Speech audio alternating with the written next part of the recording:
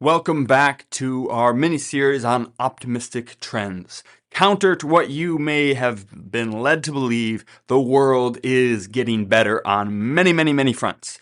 We are often think that everything's getting worse. Most people believe that things are getting worse or at least staying the same. But that's not what the data shows. The data shows that everything is getting better, which allows us to be better investors, better with our money and all these things. So I want to negate some of this catastrophic propaganda that's out there by sharing with you 10 plus of the world's most optimistic trends. From this book, 10 Global Trends Every Smart Person Should Know. You can pick it up on Amazon. There's links in the blog. That way I hope I'm not infringing on any copyrights. You can read most of this in the preview of the book on Google anyways. But it's definitely worth the read. It's a nice coffee table book. There's lots of nice pictures and stuff in there. We have it in our office. It's just a good reminder that things are getting better. So pick that up. But in the meantime, and I don't get any affiliation fees or anything like that. I just think it's an interesting read. But let's continue right on. We covered 3 last week. Go back and listen to that if you haven't so far. Again, if you are normally a podcast listener, you may want to either watch this on YouTube or go on the blog. You can see the graphs for some of these trends, but we'll jump right back in with optimistic trend number 4, peak population, right? And so, we talked before about, the last week about how the population has grown 8-fold over the last 200 years, from 1 billion people to 8 billion people, and that we are, while we are using up resources, we are not depleting them anytime soon. There seems to be plenty of resources to go around. But if this population is still rising, because the trend for population growth is still up, we are still increasing in people. If you go find a world clock counter, right, or a population clock, it shows that number continue to increase. More people are born than die every day. So when does this end? It's, the population is still rising. When will it end? And based on estimates of the people who seem to know the most about these things and have done all this different math and put all these different things together, the world population will likely peak around 9.8 billion around the year 2080. And then it should actually begin to fall off slightly after that, and then maybe reach some kind of equilibrium at some point far after probably any of us are alive. But the world's population is basically going to peak just under 10 billion people. And the primary cause of this is education and economic advancement, right? Most of the population growth that we see now is in developing countries, where many children are required. And so folks in poorer countries and developing countries, they have more children than folks do in developed nations. And part of that is they hope that some will survive, right? The mortality rate for children is much lower. Unfortunately still, and that's also increasing. That's another trend for a different time. But as people are lifted out of poverty, as this great enrichment is happening, and as the world is getting richer and more technologically advanced, and more things are available, more opportunities, more opportunities for education, for better work, for all these things, people tend to start having less children, right? And so the trends clearly show that the richer a country gets, the more economic opportunity a country has, the fewer children they have. And as more and more developing countries are pulled into the middle class, more are given more education and economic opportunities, they have less children. And while it is completely trite to call it a quality over quantity thing, that's precisely what happens, right? And as the poverty curve sharpens downwards, the population curve will also start bending out towards no longer increasing until it finally caps out, and then should even begin to decrease. And part of that too is just general structures, right? For a long time, we've lived off of a bigger younger generation supporting older generations, and eventually that's going to start shrinking. Where if on average households have 2 kids per household, then it's no longer increasing anymore. And they may even go down to 1 per household, or less than 2 per 2 parents. And but obviously other improvements, other things that we're going to do should be able to, and as more people be able to support themselves in retirement and retire successfully and stay successfully retired on their own savings and the only things they've built, and they don't need the younger generations to support them, we will no longer need this pyramid structure of larger and larger subsequent generations to support the older ones. So anyway, there's a whole bunch of things that go into it, but the population should taper off right around 10 billion, and that'll be it. So there we go.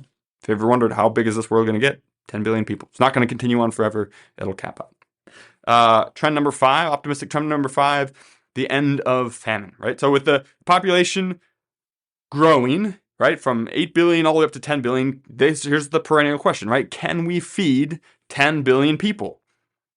The answer is yes, we can feed all those people. And it's evident to anyone looking around, right, at developed nations that we are no longer lacking in calories, right? But what about the world's poorest populations, poorest regions like sub-Saharan Africa and some of these other ones, which also have the highest population growth. So the places that have the least amount of resources and the least amount of food are also growing the most. Well, in 1960, real quick. So the average man needs between 2,200 and 2,800 calories per day, and the average woman, active woman, needs 1,800 to 2,000 calories per day. And so back in the 1960s, the average number of calories consumed per day was for the world about 2,200 and for sub-Saharan Africa about 1,800. So the world was in that range of having enough food, but the poor regions, even as soon as 1960, were still below that, right? Not getting the recommended amount of calories to keep you healthy and give you plenty of energy to go out and do things. But in 2017, those numbers have continued to grow, and by 2017, the world in general is at 2,900 plus calories per day on average, which is more than even an active man needs, which is why we get some of our other problems that we have, right? But the sub-Saharan Africa also has now reached 2,400 plus calories per day. So even in the poorest regions, people are getting enough food. And moreover, the poorest regions have seen the sharpest rise in these calories in the last 30 years. And so it was trending for a little bit for a while, and now it's really spiked up, and they've really increased those, and the trends show no sign of slowing. So, how is this possible? Well, there's a much greater agricultural productivity due to the scientific progress, right? Thanks, Monsanto, I guess, right? There's all kind of problems with that and GMOs and all that stuff that we rage about here in the developed world and some of the side effects of that. But in general, for the developing world who are just trying to, have enough food to eat, it's been a very good thing for them. Number two, there's been a greater world wealth leads to more purchasing power, which means they can spend more on food, which stimulates production, right? More demand means more supply is going to jump in there to fill that demand. Now, the spread of democracy has significantly reduced the authoritarian government interference in countries getting enough food.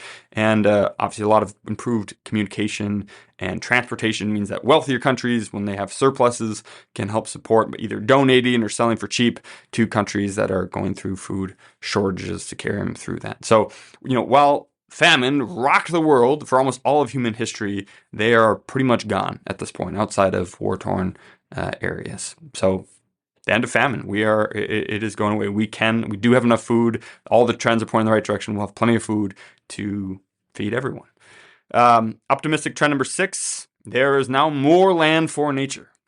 If you would guess, if you had a guess, would you guess that the global levels of forests in the world are growing or shrinking? Do you hear more about deforestation or afforestation? If you're like me, I'd never even heard of afforestation, right, until now. And maybe I'm dumb, and I'm also the last one to that party, but that's all I seem to hear about is deforestation, what a big problem it is, and it can be, right? And yet, 865,000 square miles of tree canopy were added to the global forest between 1982 and 2016. That's a land area larger than Alaska and Montana combined of nothing but trees growing and added to the total population of trees in the world. And as with all these trends, it's continuing to go in the right direction. It shows no sign of those additions stopping or flatlining. Continents like Asia and Europe, North America have had such a positive net addition to forest, right? There's some deforestation going in some areas, but there's more trees being planted and more afforestation in other areas, that they have a net positive impact on the global scale. And it more than makes up for other areas like South America and Africa that have negative effects. And all this tree coverage, right, is like a sponge for carbon dioxide. It's pulling a lot of carbon emissions out of the air. It doesn't eliminate it, right? It's not the only thing, or it's not going to make some of the climate issues that we may be facing go away, but it does help. And so more trees is a good thing. I'm no tree hugger, but I do love trees, and this is definitely a positive thing that trees are making a resurgence, and we're having more and more forests now than we've had in a long, long time. So that's a good thing. Number 7, Planet City. So throughout most of human history, people lived in rural areas, right? And even in 1900, 41% of Americans worked on farms. Today, that's less than 2%. Less than 2% of Americans work in agriculture. And cities are where all the innovation happens, right? All where all the advancement comes from. And according to World Bank, right, quote, no country has grown to middle income without industrializing and urbanizing. None has grown to high income without vibrant cities. So cities are where the wealth is created, where good things tend to happen. So cities are good for the planet as the inhabitants actually emit less carbon, use less electricity, and have a smaller land footprint compared to rural dwellers, right? So that's part of where afforestation comes from, right? Is people are moving out of rural areas, people and into cities, and it allows more space for trees to come from. And so, what is the percentage of people that live in cities? Well, in 1950, it was 29%. In 2018, it's 55%. And in 2100, it's estimated to be at 85% of the world's population will live in cities. And so even if you personally hate cities, right? Maybe you're listening to this and you live in the country, or you want to live in the country and you hate cities, well, this is still good, right? Because that means the more people that move to cities means the more land is available to you for you to enjoy. So, all in all, people moving to cities is a good thing, and we'll continue to see more of that. And number 8, last one for today, is democracy on the march. And while you may hear the rhetoric of the end of democracy, right, and how there's this big wave of fascism coming, or this big wave of communism coming, depending on who you're listening to and who's screaming about it, the trends still disagree. Aside from the World War II era, democracy has been spreading from only a handful of countries in 1800 to roughly 50% of all countries in 2023 are democracies. Right? And further, autocracies have been steadily decreasing from nearly 70% of governments being an autocracy to now just over 10%.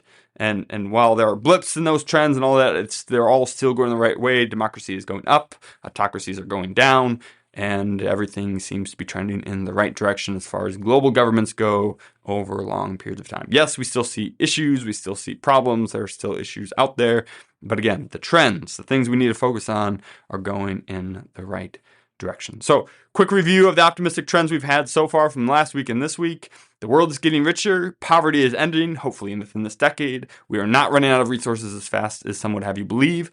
The population will peak under 10 billion people. Famine is ending. We'll be able to feed everyone. There is more land now for nature than there has been in a long, long time. We're moving to cities, which helps nature, and democracy is still spreading. All great trends, all things that are positive and improving. We'll be back next week with even more positive trends to help you be encouraged to stay optimistic and to put data behind that. We're not being optimistic for the sake of believing in pie in the sky theories, or just, hey, we're just going to choose to be optimistic even though everything's going down. No, everything's going up, and that's why we're optimistic. So we are rationally optimistic around here, and these are some of the reasons why. So we'll be back next week with even more reasons. We'll see you then. Cheers.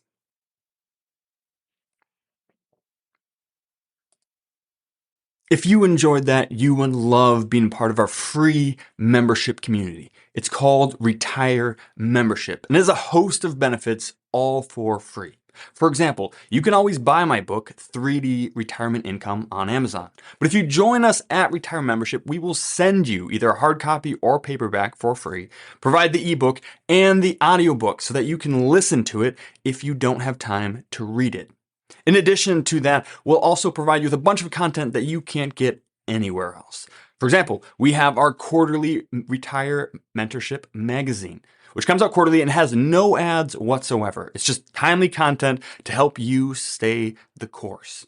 We also have workbooks for our free online workshop to help you get the most out of those, flowcharts to help you make better decisions, and a weekly email to provide timely content that you can unsubscribe from at any time.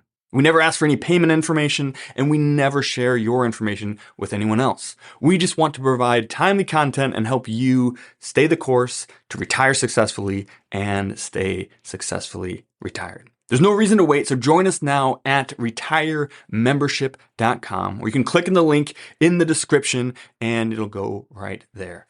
We can't wait to see you in the community. Cheers. This podcast is educational only and is not investment, tax, or legal advice.